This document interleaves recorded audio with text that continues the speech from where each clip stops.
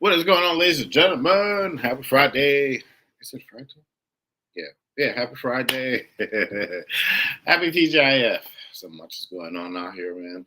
Yes, so happy Friday. So, we're talking about they will call you everything except for a child of God. Don't forget, ladies and gentlemen, check out the books.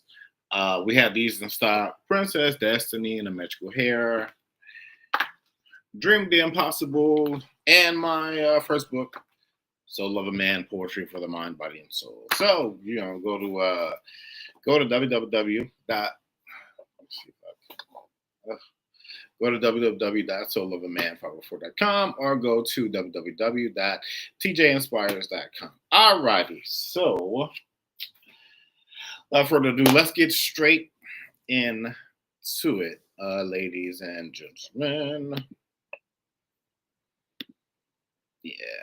So let's get straight into it. So yeah, man. So on your spiritual journey, they will call you everything except for a child of God. And of course, on my journey, my spiritual journey, at the time, I wasn't in the church. It wasn't like going to church regular. I didn't have a church home at the time. That was like 2015, like when my journey really started to open up and explode. And I was intertwined, discovering what ancestors were, and they were all, that was when I was introduced to tarot cards and all of this stuff. And I was doing like my own research on stuff. I was just going through it, and I really didn't have anybody that went through. I had people here and there, but didn't have anybody to talk to on a daily basis. Um and I was on another platform at the time, and one of my one of my family members, I guess they saw some of the stuff I had posted, and I guess they, of course, they're deep in the church, and they said, "Oh, you're," what did they say? You're. It's almost like they were saying you're worshiping the devil, because of course, um, when you look like me, and you're historically the people who came, if you believe your ancestors were in the Americas or they came from Africa, wherever you are on that, leave that alone. But our ancestors practice different things. Of course, a lot of that stuff was based off of going into nature and using all of that, for different things, for healing. And they were very much so tapped in spiritually, supernaturally, and that's where I was discovering gifts. Just like I remember one time my parents came to me and they were like, "Oh, the tarot cards and the tarot cards." They just kept saying the tarot cards. It wasn't anything about like, "Wow, you got the gift of prophecy," or something. You can look into people's hearts, feel their emotions. The You can look at the energy around them, all of that good stuff. Like it was, but what did I say? Forgive them for they know not what they do. So I wasn't mad at them, and nor am I mad at the other individual. But so what does it say? You can't expect the you from other people, and everybody, they're not going to understand what you're going through. That's why a lot of this journey is very solitary. You're going to find yourself, while you're going through your spiritual journey, you're going to find yourself by yourself. And I've been labeled a few things while I was on this journey, but it's not what they call you, is what you answer to, But I knew that um, a lot of times I was asking and looking for God and looking for something, and like during like that time ancestors were popping up. If you are going through them, if you will talk about, oh, I want to just be spiritual, and it's more than just meditating and reading books. It's way more than that. It's way the love and light stuff. That's probably a percent of a percent. They just use that as a cute little buzzword. Oh, yeah, love and light, all of that, whatever. But anyway, um, it's like a lot of the depth perception of your life changes. It's mixed in with your daily life, because the journey, just you're at work, it's things are still happening, like recently, um one gig, and today's topic is they will call you everything except for a child of God. But the for me, I was working this job, and the managers were like, I was doing security, and I was in this building, and it was one part of the day, people would be eating lunch, and I had to walk around a certain area, whatever, whatever. So they would say that, man, you should see your face when you're around those folks. It's like you do everything to avoid them. And I'm like, of course, I do everything to avoid them. Just because you put on a nice suit and you put on some makeup, that doesn't deter from the fact that you're a demon and that you're demonic. And that's just what that is. When you can, when you know the monsters are real, and when you can see them for who they are, you really do become a threat. You become a threat to them, and everything that they stand for. But when you're, that's why I always say, you have to wear your full armor every day, especially when you're in an area like that. When you're around people like that, you really got to keep your full armor on every day, because you know those people, they worship their jobs and their titles, and that's it. It's like you could see the evil in them, you can see the evil in their hearts, you can see, let's say actions speak louder than words. It's true, because a lot of those people, in the beginning, I would say good morning, they wouldn't say anything back, they wouldn't even look my way. So I stopped speaking to them. I'm like, if you speak to me, I'll speak to you. So that's just a great and an exchange of energy. You recognize me, I will recognize you. I'm not gonna sit, I'm not gonna bow down. Oh, there go Mr. Johnson. Oh Lord, that. People get on. People get on their jobs, and they're like, my boss this, my boss that. Who cares? Like, seriously, who cares about that? That is a title. That person is human. If they left that job, got into an accident, and died, somebody else will be there to take their place. And that's just it. And they put the most evil and horrible people in those positions, and in positions of management. They're like, um, they're like modern day overseers on a slave plantation. No disrespect to what my ancestors went through, but these people, they only care about themselves, their title, their company people, and that's just what it is. But again, you being recognized as a child of God is way higher, and way more glorious than, um, than whoever they are. A lot of fake pretenders out there. A lot of fake pretenders out there. But I would personally, I would rather know what it is, instead of what it's not. So don't, just, I'm like, no, let that person be who they, let people be who they are. Seriously, one thing about being on this journey, uh, your discernment is going to be times 100 or 1,000. Your discernment is going to be like in the atmospheres of the echelon, like way in the firmament, like really and truly. It's going to be, but these are times where you really have to be bold. It's very, even in a church, if you go in there and your light outshines the pastor and the deacons and the first lady, they're going to see that. They're going to get, that's going to rub them the wrong way. And it's, when you're in a place that's very demonic, and demons are in the church, and the monsters are real. That's why, I will say, they will persecute you. Of course, they're going to, they're going to persecute you and say that you're the problem, you're the issue.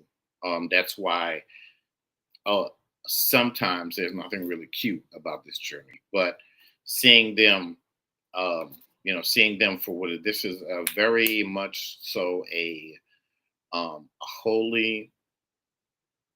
I would say this is very much so a holy. I don't want to use the word game, but it's a holy placement of like divine chess. When you can get straight to their queen and their king and their queen, and you're like checkmate, and you win. You know, so when you're snatched from a certain place, they're like, oh ha ha ha, we got them. But no, that's not the thing. It's just the fact that you're protected. Your ancestors around you, God is around you all the time. Angel guides are around you. I remember when, as I can remember, seeing my first angel in real time. And this was an archangel. I was doing massage therapy at the time. This was the archangel Gabriel, very tall, very um, supreme. And, when you just know something is something, when you know something about your life is different, you know. And I'll be, I told that story before. I don't want to get too much in that, but it's, when you walk like you walk, it's like something people are going to see it in you. They're going to see like, man, you know what? There's something different about you. Even if you are in the realm of just, let's say let's just say you call yourself spiritual, and you are on the other side of it. You're like, you call yourself a witch or whatever you want to deem yourself as, and you're wildly powerful. People are going to get jealous of that. They're going to come after you. That's just what that is. But I never, I was always slow to call myself certain things.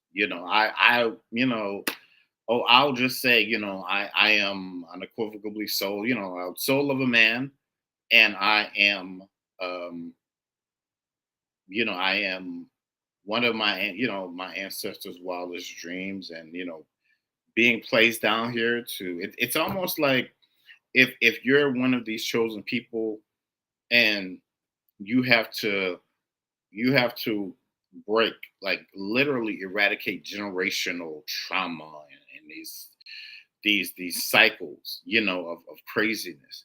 It's almost like you're on pest control, and it's like you're the little thing that you have on your back to kill these like generations upon generations upon generations of crops. For you are that person that has been chosen. Your sword, your shield, your breastplate, your faith, your hope, your ancestral power, your divine power, all of that stuff. You have that to fight. Your wisdom, that's all of that. That's why, especially nowadays, everything happens so fast, everything being so real, and and it's going to continue to get that way. The people always say, um, oh, that and a lot of people have really lost their minds, trying to walk this path, this journey. A lot of people have lost it because they couldn't, um, having prophetic dreams, um, seeing seeing beyond the veil, seeing like spirit, answer, whatever you want to call it, angels like walking in real time, around you, speaking to you. A lot of people can't handle that. That's why a lot of people they break, and go to those mental institutions. Don't have to take my word for it. Go to those mental institutions and see for yourself. Seriously.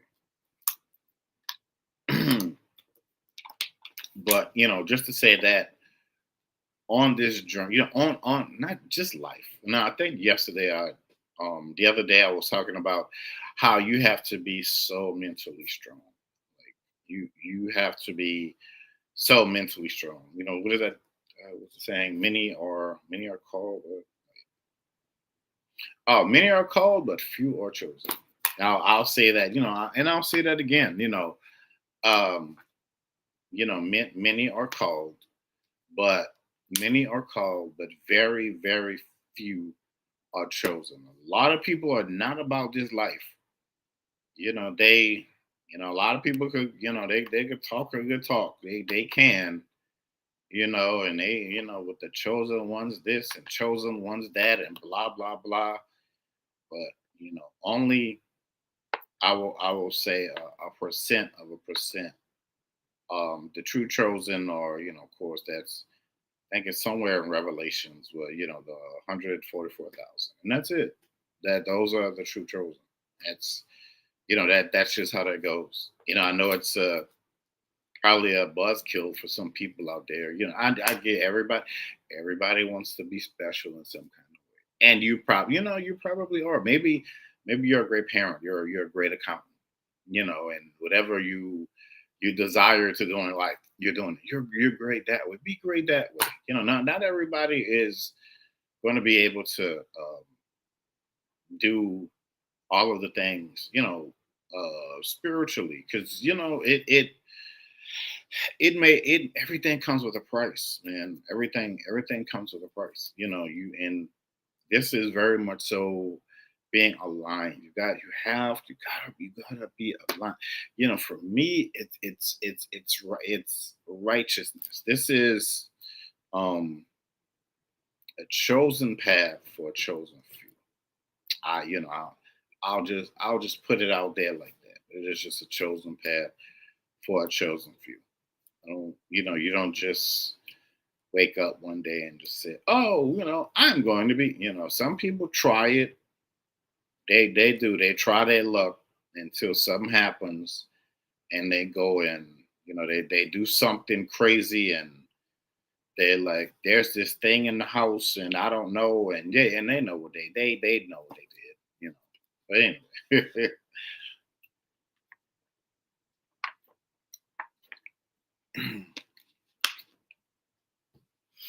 that's why I said, and that's why I called this. They will call you everything except for they'll call you everything except for a child of God, and until they need you, until they see. It's just like one of those things that if you try to go off the beaten path, like for me in my life, I've gone off the path so many times because like a lot of people, when you're not born into like money, and you don't have trust funds and all of this stuff from the time you were, let's say from like the time you're 18, 21, and you just come into like millions of dollars, you're set for the rest of your life. You've always been set, and you don't have to go out here, fill out applications, and do any of that stupid crap.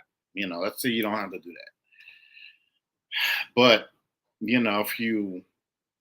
if it's just that's why I say you are. It's like one of those things, man. It's just like you're just chosen. You're just um. Right. It's like greater is me. It's like greater is he that is in me that is in the world. And that's how you have to look. Out of all the messed up things I have been through, the people, just in society, jobs, how they really and truly try to crap on your name and mistreat you, and you're the problem and this and that. And there was always something inside of me that would not let me just bow down to these people, because a lot of the times I'm like, these are the ancestors of like the most evil of the evil people that have ever walked the face of this earth. And they're like that. That's why they don't want to talk about history in this country, because they know what it is, and we know what it is. Thanks to social media, we didn't learn all this stuff in school, but thanks to social media and all that. But they know they know who the true children of they know who the true children of God are. And now people are waking up and they're understanding that as well. So That's why I'll say, what my man said, it's only entertainment.